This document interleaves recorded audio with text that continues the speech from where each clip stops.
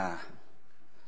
Яагаад гэвэл ардын намынхан засагт орохоос өмнө бол одоо өрийн таазыг нэмэгдүүлж болохгүй.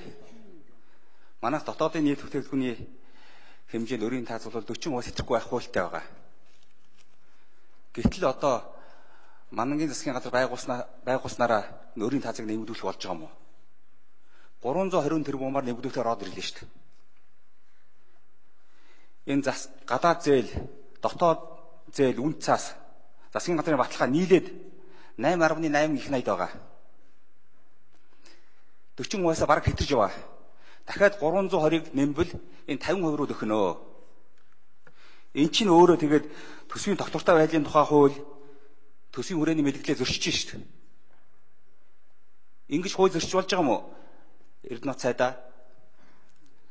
Хоёрдугаарт ер нь энэ бонд гаргаад засгийн газрын бондыг хэн хөдөлж авах юм бэ? Би бол гайхаж байна. Өнөөдөр арилжааны банкуудын найдваргүй зээл 2-3 дахин нэмэгдээд 400 гаруй тэрбумаар найдваргүй зээл бүртгэгдээд байж байна. Арилжааны банкуд авахгүй. Аж ахуй нэгжүүд бол бүрж авч чадахгүй.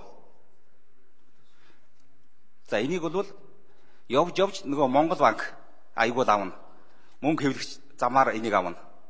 Тэгээд нөгөө инфляц нь явагдана. Энд чинь өөрөө аюул тулгуурлаж байгаа юм биш үү? Өөрөөсөө бид нар ингэж хуулиа зөрчиж болох юм уу? Өрийн таазыг нэмэгдүүлэхгүй гэсэн яагаад ингэ нэмэгдүүлж байна ээ? Энэ дээр нэг тодорхой хариулж өгөөч гэж хэлэх байна. За. Хөөсөнөсөнгийн сайдэрднот хариулъя. За нэгдүгürt Манангийн засгийн газар биш юм. Монголоор улсын засгийн газар үйл ажиллагаа явуулж байгаа. Энэ парламент судалтай бүх номууд одоо засгаа байгуулад явж байгаа. За энэ өрийн таац дээр бол энэ бондын асуудал бол нөлөөлөхгүй юм аа. Яг тэгэхээр энэ маань оюутган урьдчилгаа төлбөр. За тэгээд дээр нь өмнө гаргасан засгийн газрын бондын төлөх хугацаа болцсон байгаа. Угаасаа хүний хөгжил сангийн хөрөнгийг төлөвлөлтөд орлогын төлөвлөлтөд энэ төлөгдөх хөрөнгүүдийг одоо өрүүдийг төлөхөөр ингэ төлөвлөсөн харамсалтай нь орлого нь биелээгүй учраас энийг одоо бонд гаргаж санхүүжүүлэхээс өөр аргагүй байдал нэгдүгээр хүрсэн байгаа. За өрийн босхын хувьд бол төртөө тэргүй энэ хуулиа бол барихаасаа өнгөрсөн. Одоо бараг оны эцсийн гүйцэтгэлээр таны нөгөө 50 руу дөхнө гэж байгаа юм чинь 50-аас даваад явах юм хүлээж байгаа гүйцэтгэл бол гарцсан байж байгаа. Үндсэндээ нэг дотоодын нийт бүтээгдэхүүний 53 орчим хувь дээр бол очих байхаа. За бондын хувьд бол бид бас ярьж байна. Таны хэлж байгаатай санал нэг байна, хүндрэл бол байна. Энийг авах хүмүүс бол маш цөөхөн байна. Тэгвэл бас бид санал тавьсан. Ер нь бол энэ одоо тавьсан саналын хувьд хүүний хэмжээ өсөж байгаатай холбогдуулаад нэлээдгүй одоо өндөр өртөгтэй ийм бонд дээр санхүүжүүлэх юм болцоо нөхцлүүд бий болоод байгаа. Тэгэхээр цаашдаа бол төсвийн алдагдлыг бондоор санхүүжүүлэхгүй байх зарчим барихаар 15 оны төсвийн тодтголыг бол боловсруулж байгаа. Зурчлон гүшүүн тодруулъя.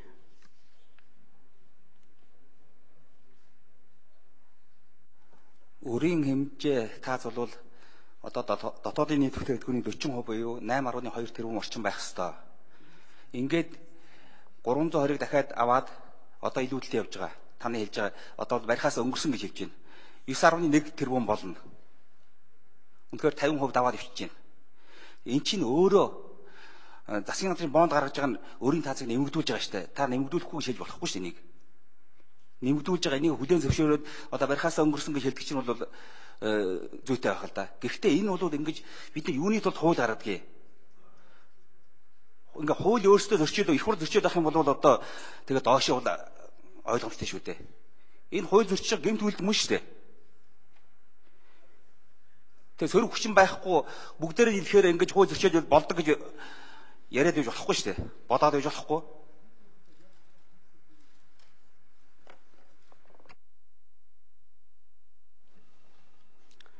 Эрдэнэт сайд хариулъя.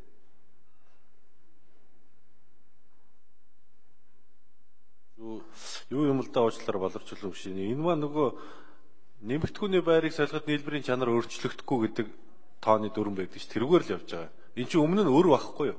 Өр байсан. Тэр өрөө дахиад бонд аваад өрөө буцаагаад дарчиж байгаа. Тэгэхээр тоон хэмжээнд бол өөрчлөлт орохгүй байхгүй юу?